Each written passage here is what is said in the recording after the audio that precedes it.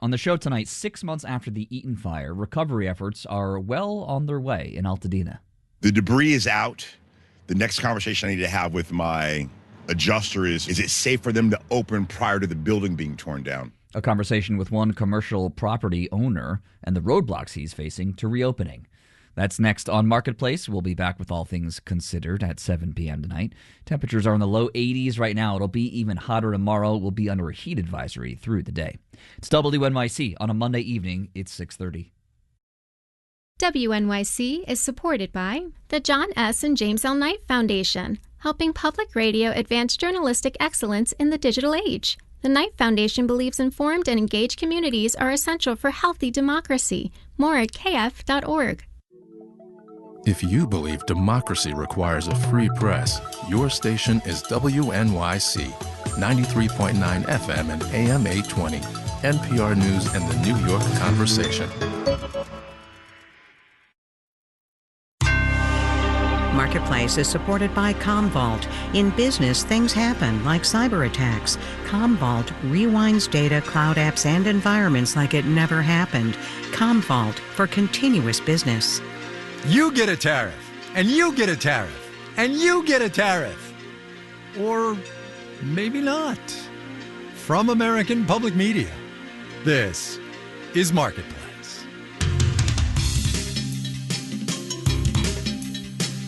Marketplace is supported by Progressive Insurance. On the road and at home, customers can simplify their insurance needs and protect what's important by bundling home and auto with Progressive Insurance.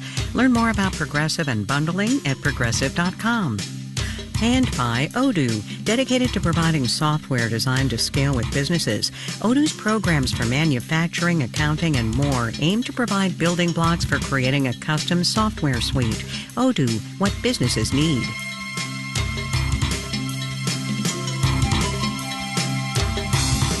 In Los Angeles, I'm Kai Rizdal. It is Monday today, the 7th day of July. Good as always to have you along, everybody. The macroeconomic lesson to be relearned here on this Monday, early in this second Trump administration, is that trade policy deadlines are trade policy deadlines until they are not. There were, of course, the tariffs of April the 2nd, then the 90-day pause set to expire this Wednesday, then this weekend signs from the White House that 90 days actually meant maybe August 1st, then today letters from the president to 12 trading partners, big and small, prescribing how much American consumers are going to have to pay on imports from said partners, 25 to as much as 40%. More letters to come to the rest of the world, we are told. I could go on about the back and forth, the twists and turns of U.S. trade policy the past 6 months. Better, though, that Marketplace's Kristen Schwab explains what it's all going to mean for the people running the businesses in this economy. The last time I checked in with the shoe company Deer Stags was in May. Its president, Rick Muscat, had to stop a shipment of $1 million worth of men's boots and dress shoes because President Trump had raised tariffs on Chinese goods to 145%. For Deer Stags, that meant lost sales. So we didn't have the inventory we needed to make sales. So our sales in April, May, June were depressed. He eventually got the shoes with a lower tax of 30%. But between the loss in sales and higher costs, he's had to pull back on business investments, including the launch of a new branding strategy. We cut back spending on advertising and marketing. We paused any capital investment in software systems that we were considering because we had to preserve cash. Businesses have been operating with uncertainty for months now. They've been in a holding pattern. And now the pain is starting to show up. Scott Lincicome is Vice President of Economics and Trade at the Cato Institute. Delayed investment can first become non-investment. Those are dollars not being injected into the real economy. Less advertising, less hiring, less building and construction. Companies don't grow. Nicole Panettiere, who owns the Brass Owl and the Tiny Owl in New York City, is less worried about not growing and more worried about shrinking. Her women and kids boutiques had a terrible June. She thinks customers are hunkering down. We saw about a 20% decrease in June, which is I've never seen in the 11 years I've been in business. I've never seen a drop like that. If the sales slump continues, Panettiere has some hard decisions to make. I don't know what the future holds. And because there's so much uncertainty, we're pulling back hours and possibly staffing for the fall. She says she may have to close one of her stores to reduce expenses. I'm Kristen Schwab for Marketplace. Should you be curious, here's a sampling of the new tariff rates on selected countries. Bosnia, 30%. Cambodia, 36%. Malaysia, 32%. Japan and South Korea, 25%. But, as the president's letter said, and I'm quoting now, we will perhaps consider an adjustment to this letter. On Wall Street today, none too pleased were equity traders. Bond traders neither. Details, numbers when we get there.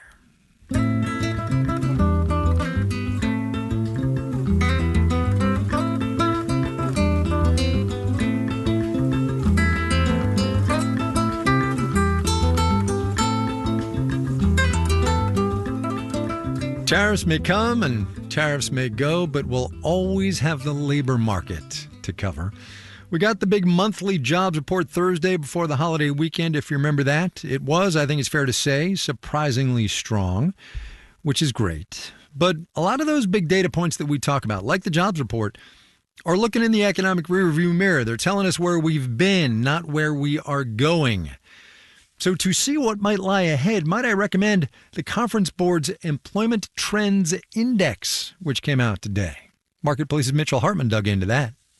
The Conference Board aggregates 8 different labor market indicators, from first-time jobless claims and involuntary part-time work to sentiment about how easy it is for workers to find jobs and employers to find workers. And in June, its Employment Trends Index held steady. Conference Board senior economist Yelena Shulyetova says the labor market overall remains solid. I don't think it's going to go and drop off a cliff, but I do see continued slowdown to a point at which we may see an increase in the unemployment rate by the year end. And here's Frank Fiorelli at small business payroll processor Paychex. I guess the word that I would use is frozen, right? There's not a lot of hiring, but there's not a lot of firing either. What's going on with employers, says Yelena Shulyetova, is a great hesitation to increase or shrink their payrolls, really to do much of anything right now. Companies are just waiting to see whether the uncertainty surrounding tariffs and other things is lifted. Meaning, if workers have a choice, they're probably better off staying put in their jobs, says Andrew Flowers at recruiting tech firm Appcast. He describes this as an insider-friendly market. And by insider, I mean, if you already have a job, things are pretty good. Layoffs are fairly low, wage growth outpacing inflation. But if you're an outsider trying to find work, it's very difficult. The job finding rate, the probability you move from being unemployed to employed, has been falling steadily for a while. What recruiters are mostly looking to fill right now are what he calls standing up jobs, blue-collar and service sector work in healthcare, bars and restaurants, construction. He says at the moment, landing white-collar professional jobs is way harder. I'm Mitchell Hartman for Marketplace.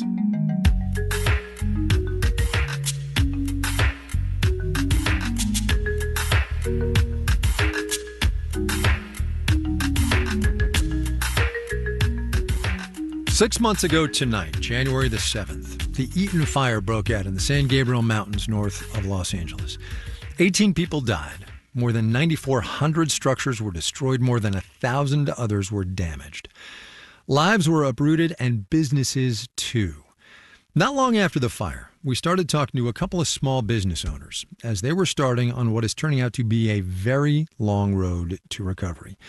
Joey Galloway owns a commercial block right in the heart of Altadena, part of which was gutted. We're going to talk to him after the break. First, though, one of his tenants from that burned-out building, Jimmy Orlandini, who runs his family business, Altadena Hardware. Hey, how are you? Hey, good, how you doing? Stand in the shade, man. It's hot. How are you? Good to see you again. Good to see how you. How you been? Doing okay. That didn't sound good. One day at a time. Well, tell me more. What's it been like? It's been like 3-4 months since we talked to you. 6 months since the fire. Yeah, 6 months since the fire. How you doing? doing okay. We're starting to make, some progress is starting. Our home, they're actually starting to clean it now, which... So you're still not back in your home? Still not back in our home. Yeah. Everything in our house being thrown away. Yeah. Yeah, which is just, hard to deal with. I bet.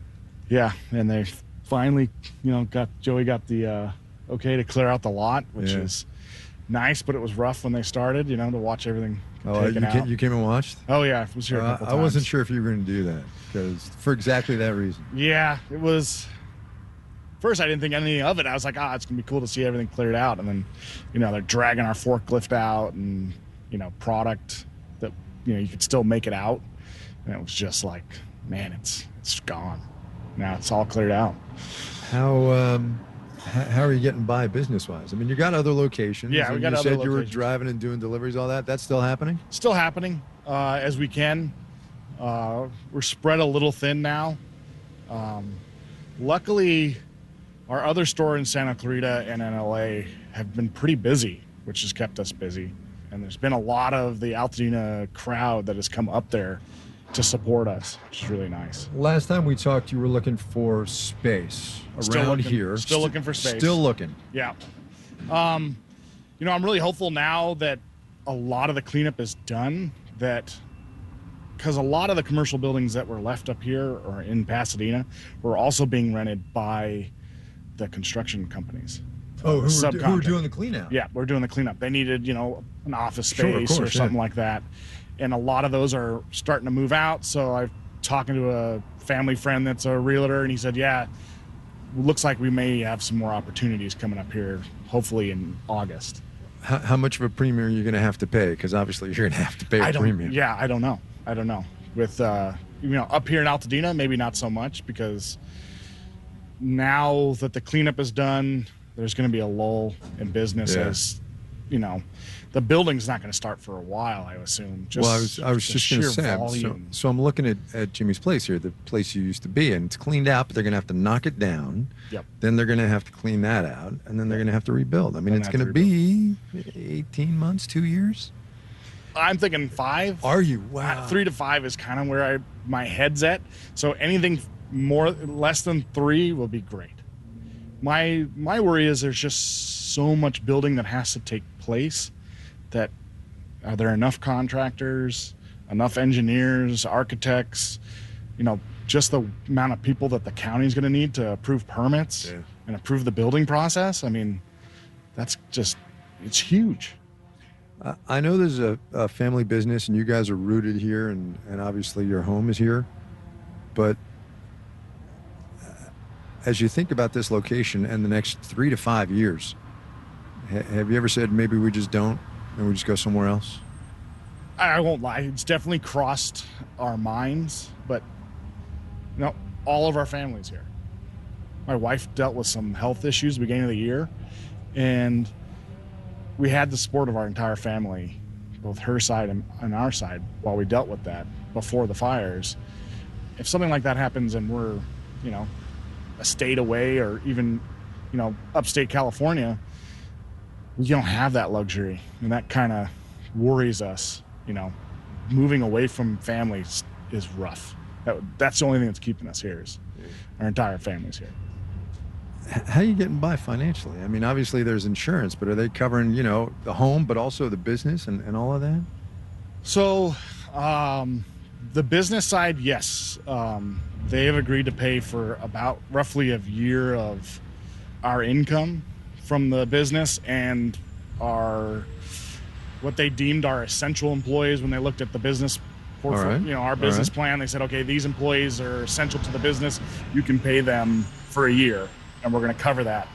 And we went to an outside broker or outside adjuster. Oh, you got a public. Oh, we got a public adjuster. I was going to ask actually, because I'm sure you were wrestling with insurance paperwork morning, noon, and night. Well, early on, we were really kind of like, we can do this ourselves. And actually, our insurance broker said, hey, for a business, you might want to think about this. And my brother got in contact with a Greenspan company, and it's paid off for sure. Because, like I said, we could pay for all the employees that we could for a year. At least our wages are covered for a year. just because we've been covering it on the show and it's in the economic sort of zeitgeist, tariffs, the macroeconomic situation, replacing all that stuff. I mean, is that an issue for you? I don't know yet. The tariffs are we're definitely seeing price increases from our suppliers. Some I feel are going a little too high too quickly, but I don't know what 3 to 5 years is going to show when we go to buy our inventory, but it's going to cost a lot more. Yeah. So yeah, we did get replacement costs for our inventory from the insurance company, but in 5 years, replacement costs from exactly. Well, just from replacement costs before the fire till now has changed by at least 8%, 9%, and they're not going to pay that difference. So you're just keeping your head down and plugging away? Yeah, that's all I can do. Yeah, day by day. Thanks, Jim. Appreciate it. Appreciate it.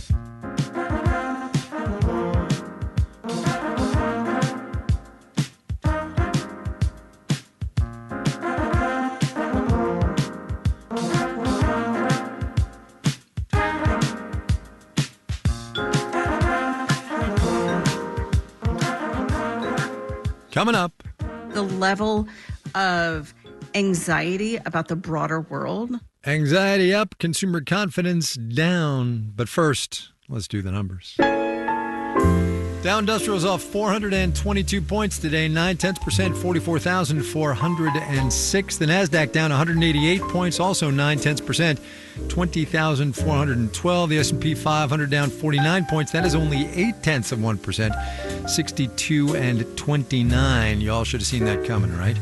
Tesla shares went downhill today after Elon Musk announced he's starting a new political party. Tesla stock stumbled 6 0.8% today. Bond prices went down. The yield on the 10-year T-note thus went up 4.38% right there. You're listening to Marketplace. The Numbers is supported by Mercury, a fintech that offers banking, credit cards, and financial software. Marketplace is supported by BetterHelp, committed to supporting mental health through therapy. Clients are matched with one of 35,000 therapists and can communicate via video, chat, or phone at betterhelp.com/public. And by Solidigm. Today's AI ambitions require a different approach to storage. Solidigm offers solid-state storage solutions optimized for AI with higher capacities, greater speed, and energy efficiency. StorageForAI.com.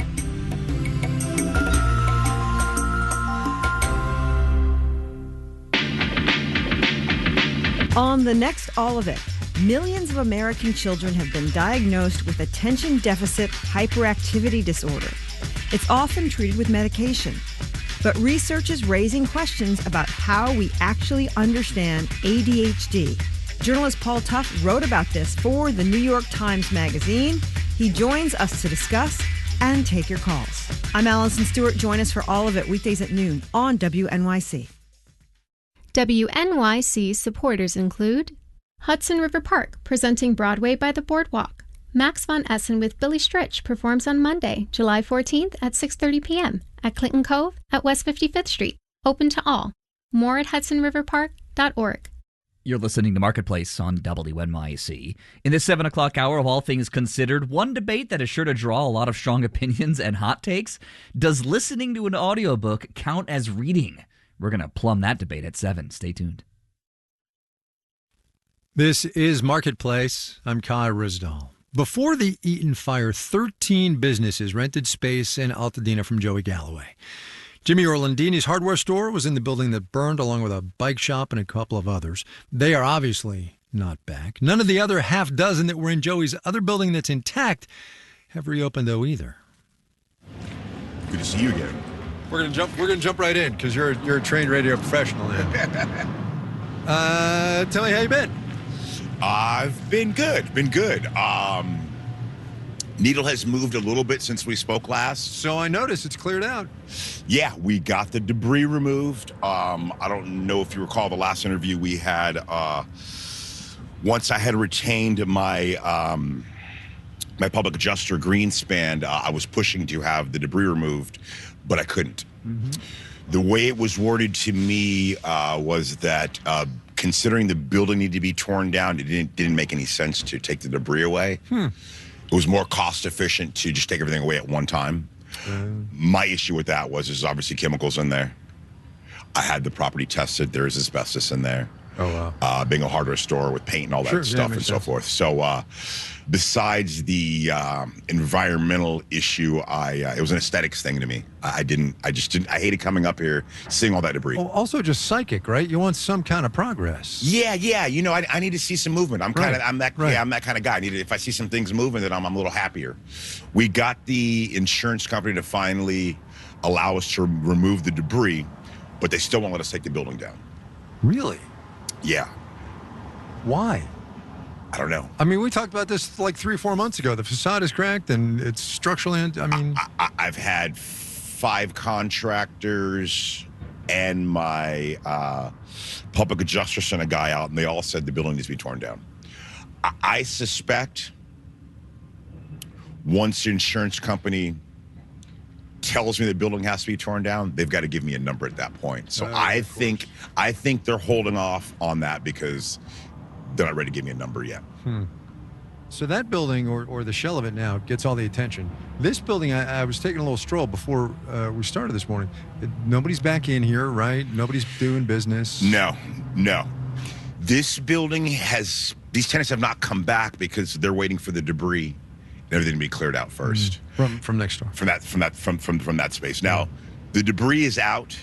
The next conversation I need to have with my adjuster is it safe for them to open prior to the building being torn down? The thing too is once I get that thumbs up that we can start making the move for them to get back in, I've got to do some cleaning up in these units as well too. Last time we talked about how you're not a guy who likes to sit around waiting for stuff to happen. But by definition here now, you have to wait around and wait for stuff to happen. How you doing with that? You know, I'm dealing with it because I'm busy with the fact that State Farm has dropped all my apartment buildings. I think I mentioned that to you. You have other units, yep. Yeah. So I'll just real quick. We received a letter last year stating that in 2025, all of my apartment buildings will be canceled. The new insurance companies are all charging me 2 to 3 times more of course, than State Farm, but they're all making me do major upgrades. So the fact that I'm busy with that is kind of taking my mind off of this, which is probably a good thing for me. We were talking to Jimmy a minute ago, and I started throwing out timelines, and he was like, yeah, I'm thinking 3 to 5 years before I'm back in this space. What do you think? I'm thinking 2 to 3 years that the building is done. I don't. It's hard to say because most of the architects are busy around here. And most of the contractors are busy. Right, yeah. And I got to tell you, I was having a tough time finding people to do the upgrades on my apartment buildings. So I've been having to pull guys from out of the area. I recently hired an electrician from Norco. Wow. Down in San Diego. Yeah. Yes. So I found that if I find guys out of the area, they're not as busy because it seems like everybody local's getting all the work. Right. So it's a labor market problem. It's a labor market. Exactly. It's a labor market problem just for my apartment buildings. Forget that. But it's definitely going to be a labor market problem for this one. What's going on here in Altadena? So my game plan is, for example, I'm going to use that electrician. I've got a contractor friend who lives out that way who actually referred me to him. So he's got a list of vendors. So I'm going to start pulling people from out of the area to get the work that I need to get done because it'll get done in a timely manner. You know, for example, I call my electrician to upgrade some panels. He's 3-4 weeks out. So that's kind of one thing I'm dealing with. But I'm finding through this process that I need to look outside of the area, kind of outside the box to get things done in a timely manner.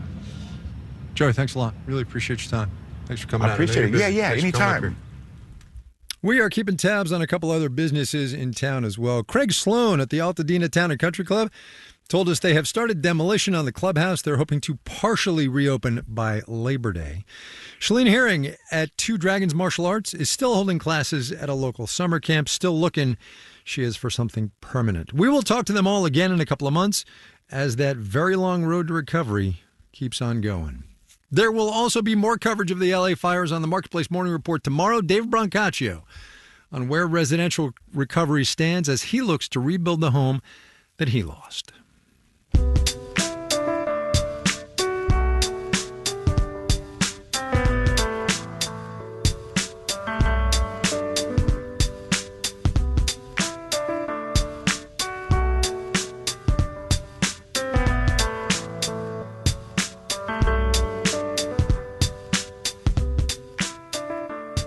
We started today with businesses and how they're handling the Trump administration's latest tariff palooza.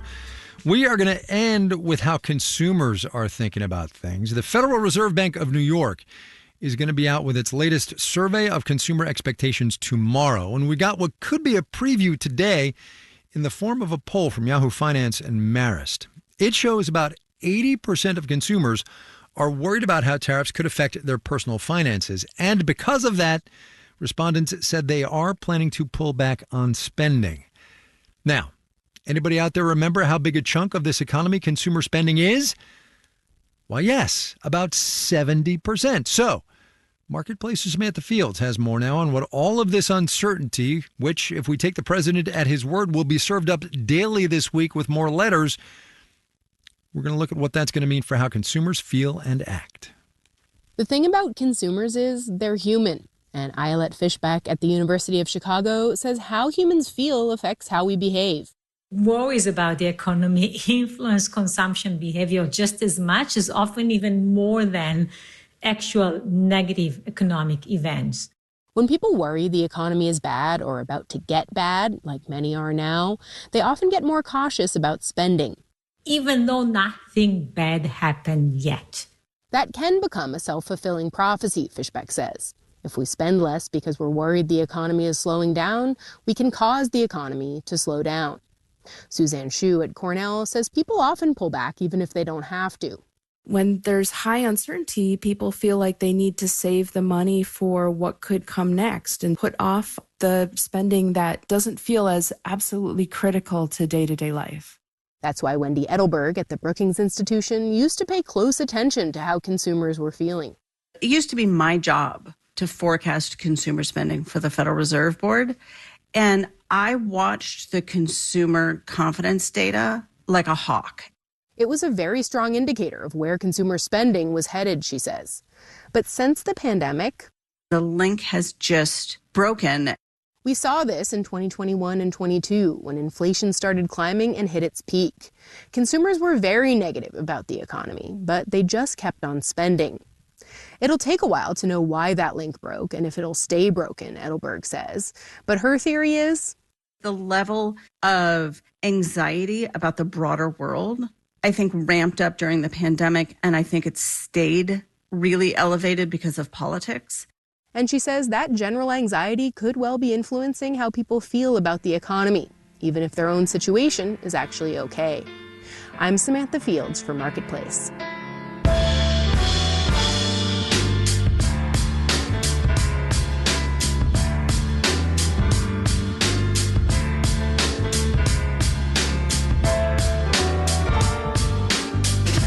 Marketplace is supported by Raymond James, a firm focused on transforming lives, businesses, and communities through tailored wealth management, banking, and capital markets solutions. Disclosures at raymondjames.com. And by Viking, dedicated to bringing travelers closer to the destination. Viking offers a small ship experience with no children and no casinos. Discover more at Viking.com. This final note on the way out today, in which the White House could have given us all 3 months of our economic lives back. So there were those tariff letters today, right? And the new, that's in air quotes, taxes on imports for various countries that I talked about. Thing is, you do a side-by-side comparison, and it looks for all the world like what they did with most of them is just round up or down the April 2nd tariffs. Japan on April 2nd, 24% tariffs, today 25%. Kazakhstan, 27%, today 25%. Myanmar on April 2nd, 44%, today 40%. See what I mean? 3 months. Amir Babawi, Caitlin Esch, John Gordon, Noya Carr, Amanda Petra, and Stephanie Seeker are the Marketplace editing staff. Kelly Silvera is the news director. And I'm Kai Rizdal. We will see you tomorrow, everybody. This is AP.